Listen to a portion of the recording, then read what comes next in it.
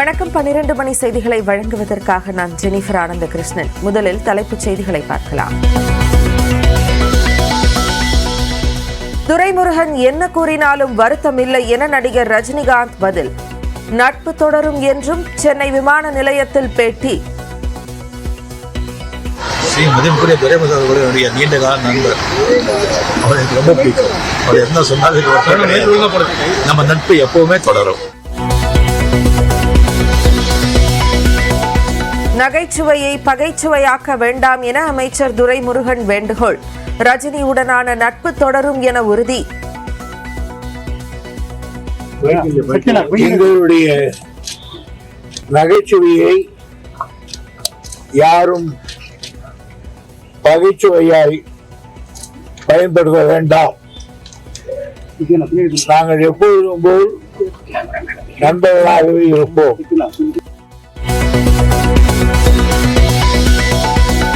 கட்சி கொடி அறிமுகம் செய்த நடிகர் விஜய்க்கு ரஜினிகாந்த் வாழ்த்து. விஜய் வந்து கட்சி கொடி அறிமுகப்படுத்த பாடல் வெளியிட்டிருக்காரு. இது எப்படி பாக்குறீங்க சார் நீங்க? அவருக்கு என்னுடைய வாழ்த்துக்கள். கொளத்தூர் வண்ண மீன்கள் வர்த்தக மையம் உள்ளிட்ட 6 திட்டப் பணிகளுக்கு அடிக்கல் நாட்டிய முதலமைச்சர். 5,22,00,000 ரூபாய் மதிப்பில் முடிவற்ற 4 பணிகளையும் திறந்து வைத்தார்.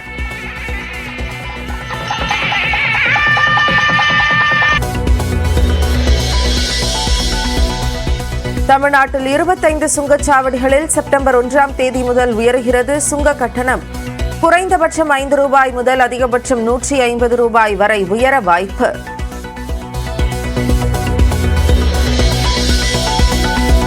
மதுரை மீனாட்சி அம்மன் கோயிலுக்கு சென்றபோது அவமதிக்கப்பட்டதாக நடிகை நமீதா குற்றச்சாட்டு. இந்து என்பதற்கான சான்றிதழை கேட்ட கோவில் அதிகாரி மீது நடவடிக்கை எடுக்க கோரிக்கை.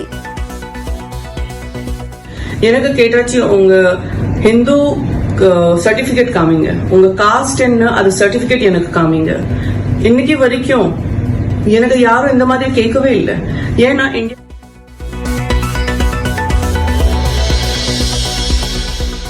ஆம்ஸ்ட்ராங் கொலை வழக்கில் கைதான ஆட்டோ ஓட்டுநர் திருமலைக்கு நெஞ்சுவலி. பூந்தமல்லி கிளை சிறையில் இருந்தவர் ஸ்டான்லி அரசு மருத்துவமனையில் அனுமதி.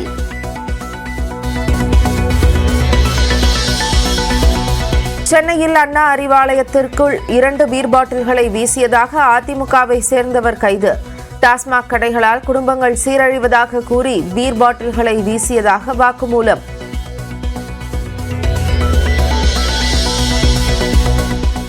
திருச்சி எஸ்பி குறித்து சமூக வலைதளங்களில் ஆபாசமாக பதிவிட்டதாக புகார். நாம் தமிழர் கட்சியை சேர்ந்த மேலும் 2 கைது.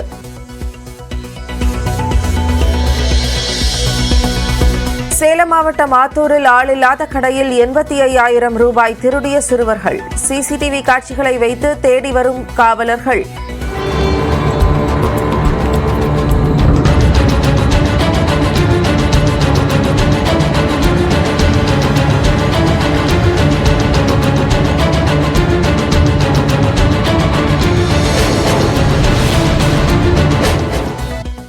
ரஜினி கருத்துக்கு துரைமுருகனின் பதில் சலசலப்பை ஏற்படுத்திய நிலையில் தனது நகைச்சுவையை பகைச்சுவையாக்க வேண்டாம் என்று துரைமுருகன் வலியுறுத்தியுள்ளார்.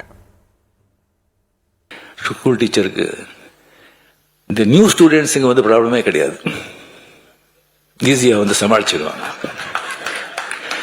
பழைய ஸ்டூடெண்ட்ஸுங்க இருக்க பாருங்க, அவங்கள சமாளிக்கிறது சாதாரண விஷயம் இல்லை.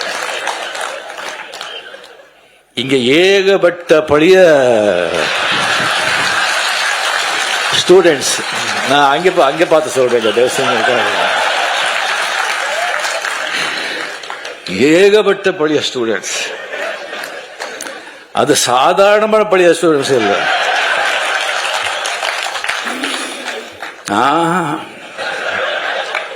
அசாத்தியமானவங்க.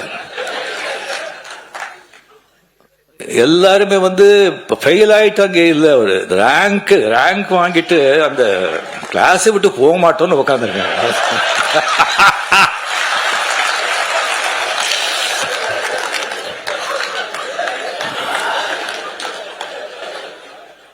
கலைஞர் அவளை வந்து தம்பி சின்ன வயசுல இருந்தெல்லாம் பார்த்து இதுக்கு இருக்கிறவங்க வந்து அவங்களெல்லாம் சமாளிக்கிறது சாதாரண ஒருத்தர் வேண்டாங்க. துரைமுருகன் சொல்லி ஒருத்தர் இருக்காரு, கலைஞர் கண்ணிலேயே மருளிட்டு ஆட்டினவர் அவரு. மூத்த அமைச்சர்கள் வச்சுக்கிட்டு கலைஞர் வச்சு ஸ்டாலின் ரொம்ப கஷ்டப்படுறாருன்ற மாதிரி ரஜினிகாந்த் சொன்னாரு. மூத்த நடிகர்கள் எல்லாம் வயசாகி போய் பல் உழுந்து போய் தாடி வளர்த்து சாக நிலைகள்லாம் நடிக்கிறதுனால இளைஞர்களுக்கு வாய்ப்பு இல்லாமல் இருக்கான். மதிப்புக்குரிய துரைமுருகன் அவர்கள் என்னுடைய நீண்ட கால நண்பர். அவர் எனக்கு ரொம்ப பிடிக்கும். அவர் என்ன சொன்னாலும் நம்ம நட்பு எப்பவுமே தொடரும். எங்களுடைய நகைச்சுவையை யாரும் பகைச்சுவையாய் பயன்படுத்த வேண்டாம். நாங்கள் எப்பொழுதும் போல் நண்பர்களாகவே இருப்போம். அமைச்சர் துரைமுருகன் தெரிவித்திருக்கக்கூடிய இந்த பதில், இது சார்ந்த கருத்தை பதிவு செய்வதற்காக நியூஸ் 18 தமிழ்நாடு தொலைக்காட்சியின் செய்தி ஆசிரியர் திரு கார்த்திகை செல்வன் இணைப்பில் இருக்கிறார். துரைமுருகனுடைய இந்த பதில், இதன் மூலமாக இந்த சர்ச்சை முடிவுக்கு வந்து விட்டது என்று எடுத்துக்கொள்ளலாமா? அபிநயா, இது நம்ம ஏற்கனவே விரிவா பேசணும். என்ன அடிப்படையில ரஜினிகாந்த் இந்த கருத்தை முன் வச்சாரு, அதற்கு துரைமுருகனுடைய எதிர்வினை என்ன அளவுக்கு சலசலப்பை உண்டாக்குச்சு, கட்சியினுடைய அத்தனை தலைவர்களுமே அதுல கடுமையான வருத்தத்திலும் அதிருப்தியிலும் இருந்தாங்க. துரைமுருகன் இப்படியான வார்த்தைகளை பயன்படுத்த கூடாது அப்படிங்கறதெல்லாம் இன்று காலையில சென்னை விமான நிலையத்துல செய்தியாளர்களிடம் ரஜினிகாந்த் அவர்கள் பேசியதும் செய்தி அறிந்த பிறகுதான் துரைமுருகன் இந்த கருத்தை குறிப்பிட்டிருக்கிறார் அப்படின்னு தெரிய வருது.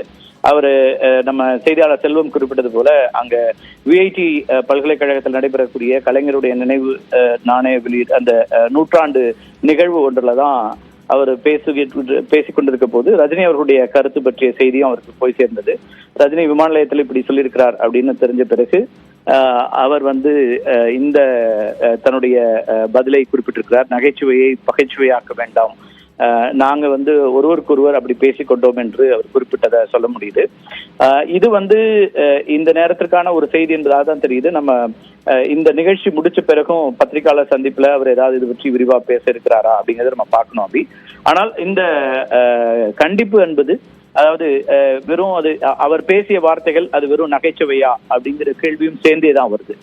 திரு துரைமுருகன் நேற்று ரஜினிகாந்த் அவர்கள் குறித்து பேசியது மிக கடுமையான தனிநபர் விமர்சனமாக மோசமான ஒரு தாக்குதலாக இருந்தது. அதை நகைச்சுவை என்று திரு துரைமுருகன் கடந்து போகிறாரா, அதை நகைச்சுவை என்று சொல்லி அதை பகைச்சுவையாக யார் மாற்றுகிறார்கள் அப்படிங்கிற கேள்வியும் சேர்ந்ததா வரும்.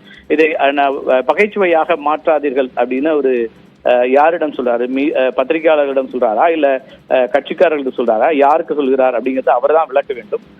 நிச்சயமா அவருடைய பொறுப்புக்கும் அவருடைய அனுபவம், அவருடைய அரசியல் அனுபவம், அவருடைய கலைஞர் காலத்திலிருந்து அல்லது இன்னும் சொல்ல போனால் அதற்கு முந்தைய காலத்திலிருந்து அரசியல் வாழ்க்கையில் இருக்க ஒருவர் இதை இன்னும் எப்படி கையாள வேண்டும் என்கிற அந்த கருத்தும் இன்னமும் அப்படியே தான் இருக்கின்றன. எனவே அவர் ஒருவேளை இந்த நிகழ்ச்சிக்கு பிறகு பத்திரிகையாளர் சந்திப்புல அவர் என்ன விதமான கருத்துக்களை முன்வைக்கிறார் அப்படின்னு பார்க்க வேண்டியிருக்கு. ஆனால் நான் ஏற்கனவே குறிப்பிட்டது போல திரு துரைமுருகன் ரஜினியோடு பேசி இருக்கிறார். அந்த பேச்சுக்கு பிறகுதான் ரஜினி அவர்களும் அதுல வந்து இன்னைக்கு செய்தியாளர் சந்திப்பும் அதுக்கு பிறகு திரு துரைமுருகனுடைய செய்தியாளர் சந்திப்பும் நடந்திருக்கிறது. ஆனால் இந்த பேச்சு என்பது திரு ரஜினிகாந்த் அவர்கள் அங்கே மேடையில் இதை ஏன் பேச வேண்டும் என்று பலரும் கேட்கிறாங்க. அவருடைய இயல்பு அதுதான். பொதுவாக ஒரு மேடைக்கு செல்லும் போது அந்த மேடையில் இருக்கக்கூடிய யாருக்கான மேடையோ அது கலைஞர் அவர்களுடைய புத்தகம், அவரை பற்றிய புத்தகம், அவரை பற்றி நிறைய பேசினார். அவருக்கும் தனக்குமான உறவு என்னன்னு பேசினாரு. தான் மருத்துவமனையில் அனுமதிக்கப்பட்ட போது தன்னை வந்து கலைஞர் சந்தித்த போது அந்த நிகழ்ச்சியான அனுபவங்களை எல்லாம் பகிர்ந்து கொண்டாரு. அப்படி இருக்கும்போது அதுக்கு பிறகு ஒரு விஷயத்துக்கு வருகிறார். தற்போதைய தலைவராக திமுகவுக்கு பொறுப்பேற்றிருக்கக்கூடிய திரு மு க ஸ்டாலின், முதலமைச்சர் மு க ஸ்டாலின் அரசியல் வியூகத்துல எப்படி எல்லாம் வெற்றி கொள்கிறார் அப்படின்னு சொல்றார். இந்த கான்டெக்ட் என்னங்கிறத நம்ம சரியா புரிந்து கொண்டால்தான் ரஜினிகாந்த் அவர்களுடைய கருத்து என்னங்கிறது புரியும். அப்படி சொல்ல வரும்போது அவர் சொல்றாரு தொடர்ச்சியான வெற்றிகளை பெறுகிறார் அப்படிங்கறத சொல்றாரு. தேர்தல் வெற்றிகளை பெறுகிறார். 2019, 2021, 2024 தொடர்ச்சியான தேர்தல் வெற்றிகளை பெறுகிறார். எனவே அவர் வந்து கட்சி பொறுப்பேற்ற பிறகு, கட்சிக்கு தலைமையேற்ற பிறகு இந்த வெற்றி என்பது ரொம்ப முக்கியமா பார்க்கப்படுகிறது அப்படிங்கறதெல்லாம் குறிப்பிட்டார். பொதுவா அடுத்தடுத்த தலைவர்கள் வரும்போது அது வெற்றிகள் இருக்குமாங்கிற இடத்துல இருந்து அதை குறிப்பிட்டுதான் அப்படி சொல்லக்கூடிய சூழல்ல திரு மு க ஸ்டாலின் அவர்களுடைய தலைமைக்கு இப்ப இருக்கக்கூடிய சேலஞ்சஸ் என்னெல்லாம் இருக்கு அப்படின்னா, அவரை விட அல்லது அவரோடு இருந்த பல சீனியர்ஸ் இன்னைக்கு இருக்கிறாங்க, அவரை விட கூடுதலா சீனியர்ஸ் இருக்கிறாங்க அப்படிங்கிறது இல்லாம அவர் குறிப்பிட்டு சொல்றாரு. அப்ப அவர்களை கையாள்வது அப்படிங்கிறதுல தான் அவங்க எல்லாம் ரொம்ப திறன் வாய்ந்தவர்கள். அவங்க வந்து அரசியல் களத்துல அவங்களுடைய அனுபவம் என்ன, கலைஞர் கண்ணிலேயே விரல் விட்டு ஆட்டியவர் அப்படின்னு சொல்றது என்னன்னா, ஒரு கலைஞர் அளவுக்கு கலைஞர் இன்னும் ரொம்ப ஷார்ப்பா ஒரு அரசியலை முன்னெடுப்பார், நகர்த்துவார் அப்படின்னா அவர் காலத்துல அவரோடு மாவட்ட செயலாளர்களாக கட்சியினுடைய மாநில பொறுப்புல எல்லாம் இருந்து கையாண்டவர்கள் இன்னும் இதா இருக்கிறாங்க அப்படின்றதோட சேர்ந்து அவருக்கு கட்சிக்குள்ள இருக்கக்கூடிய கருத்தையும் அவர் வெளிப்படுத்திட்டார். ரொம்ப ரொம்ப சாதாரணமா ரொம்ப எளிமையா அந்த விஷயத்த இன்னும் மிக மூத்தவர்களாக இருக்கக்கூடியவர்கள் இளைஞர்களுக்கு வழிவிடல அப்படிங்கிறது கட்சிக்குள்ள இருக்கக்கூடிய ஒரு கருத்தாக இருந்து கொண்டிருக்கிறது. அதை தான் நேற்றுக்கு அவர் வெளிப்படுத்தியிருந்தார்.